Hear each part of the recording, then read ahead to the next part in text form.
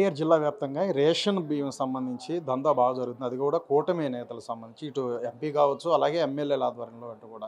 ఏం చెప్తారు?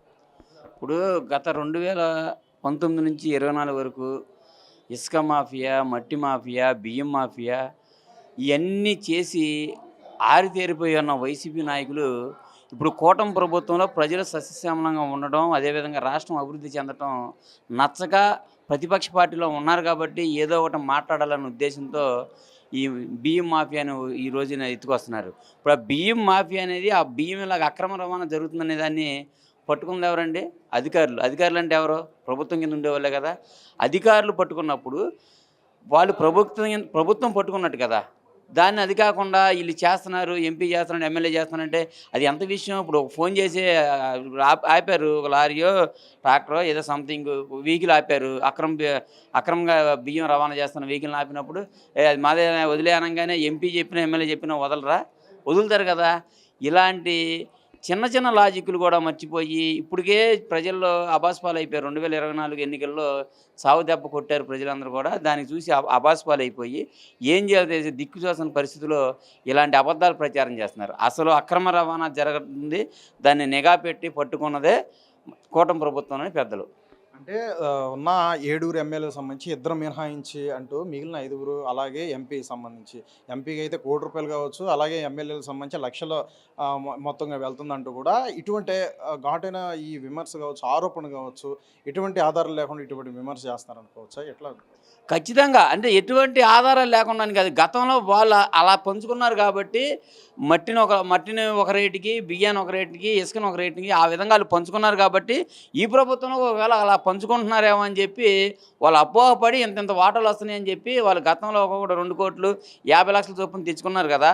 అదేవిధంగా ఇప్పుడు కూడా కొనసాగుతుందేమో అని చెప్పి వాళ్ళు అలాగ అపోహపడి చెప్తున్నారు. అదేవిధంగా మొన్న ఎంపీ గారితో చిన్న పార్టీ పరంగా ప్రోటోకాల్ విషయంలో చిన్న మనస్పర్ధలు జరిగినాయి. స్థానిక ఎమ్మెల్యే కొలికిపూడి శ్రీనివాసరావు గారికి, అదేవిధంగా కేసీఆర్ శివనాథ్ చిన్ని గారికి. దాన్ని వీళ్ళకి అనుకూలంగా మార్చుకోవడం కోసం అతని మీద వీళ్ళకున్న బురదని ఆయన కొద్దిగా అంటించేసి అతను కూడా వీళ్ళలో కలిపేసుకుని ఏంటంటే పార్టీలో అతని నుంచి దూరం చేయాలనే ఉద్దేశంతో అతని మంచోళ్ళలాగా ఇంకొక ఎమ్మెల్యే అంటే ఆయన ఇప్పుడు విజయవాడ పశ్చిమ నియోజకవర్గంలో ఉన్న ఎమ్మెల్యే ఆయన అందుబాటులో రాలేదంట, మాకు అలాంటివి మాకేం వద్దులే అని చెప్పాడంట. అంటే వీళ్ళ సమక్షంలో జరిగిన ఒప్పందాలన్నీ మీరు 25 మీరు 1 కోటి అని తీసుకుందాం అని వీళ్ళ సమక్షంలో పర్టికులర్ అలా చెప్తున్నాడు. వాళ్ళు ఏం మాట్లాడారో చెప్పేస్తున్నాడు, ఈయనేం మాట్లాడాడో చెప్పేస్తున్నాడు. ఇవన్నీ ప్రజల్ని అపోహ పెట్టడానికి తప్పుదోవ పట్టడానికి చేస్తున్న అసత్య ఆరోపణలు అని చెప్పి మేము ఖండిస్తున్నాం.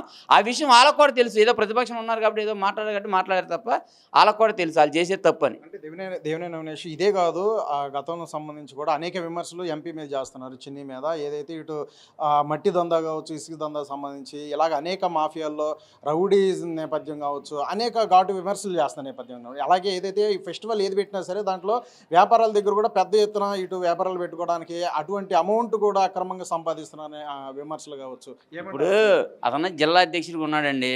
ఈయన ఎంపీ గారు జిల్లాకి ప్రాతినిధ్యం వహిస్తున్నాడు ఎంపీగా.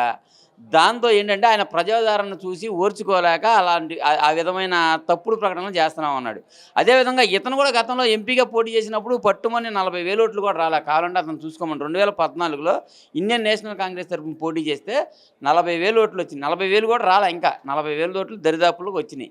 ఇప్పుడు అదే కేసినేని శివనాథ్ గారు గెలిచింది ఎంత మొన్న 2,82,000 మెజార్టీతో గెలిచాడు. అదేవిధంగా అతను ప్రాతినిధ్యం వస్తున్న తూర్పు నియోజకవర్గంలో కూడా దాదాపు 60,000 పై మెజార్టీ కేసీఆర్ చిన్ని గారికి వచ్చింది. మరి అలాంటి ప్రజాదరణ కలిగిన నేతనే ఏదో విధంగా తప్పుదో పట్టించాలి, ప్రజలను తప్పుదో పట్టించాలని ఏదో ఒకటి అసత్య ప్రచారాలు చేయాలి కాబట్టి చేస్తున్నారు. ఆయన ప్రజాదరణ చూసి ఓర్చుకోలేక ఇవన్నీ చేస్తున్నారని కూడా మేము అందరం భావిస్తున్నాం. అంటే ఎంపీ మీద రానున్న రోజుల్లో ఎంపీకి ఎదురుగా ఇటు ఎంపీ స్థానంలో కూడా పోటీ చేసేందుకు ఇటువంటి వ్యూహంగా మరి ముందుకు వేస్తూ టార్గెట్ చేస్తూ మాట్లాడుతున్నాడు అవినాష్ అనేది కూడా ప్రధాన బయట వినిపిస్తున్నాం. ఇప్పుడు అదే ఆల్రెడీ ఇప్పుడు కొత్త కాదు, ఎంపీగా పోటీ చేయడం చిన్ని గారి కన్నా ముందే పోటీ చేశాడు. 2014లోనే పోటీ చేశాడు చిన్ని గారు. 2024 అంటే 10 ఏళ్ళు అతనే సీనియర్ ఒక విధంగా చెప్పాలంటే పోటీ చేయడం విషయంలో. పోటీ చేశామా కాదని కాదు, ప్రజాదరణ వచ్చిందా లేదా అనేది ఇంపార్టెంట్. రాజకీయ ఎన్నికల్లో ఫలితం ఏంటంటే ప్రజలు మనల్ని ఎన్నుకున్నారా లేదా, ఇది మంచి చేస్తాడని అతను ఎన్నుకున్నారా లేదనేదే ఫలితమే మెయిన్ రిజల్ట్ అదే. కాబట్టి ప్రజాదరణ ఉన్న కేసీఆర్ చిన్ని గారి శివనాథ్ గారి ముందు ఇతను కాకుండా ఈ జిల్లా అధ్యక్షుడు కాకుండా రాష్ట్ర అధ్యక్షుడు అసలు పార్టీ అధినేత వైఎస్ జగన్మోహన్ రెడ్డి వచ్చి ఎన్టీఆర్ జిల్లాలో కేసీఆర్ శివనాథ్ చిన్ని గారి మీద పోటీ చేసిన 7 నియోజకవర్గాల్లో కూడా ఖచ్చితంగా స్పష్టమైన మెజార్టీతో కేసీఆర్ శివనాథ్ చిన్ని గారిని గెలుస్తారని చెప్పి మేము అందరం కూడా ఘంటాపథంగా చెప్తున్నాం.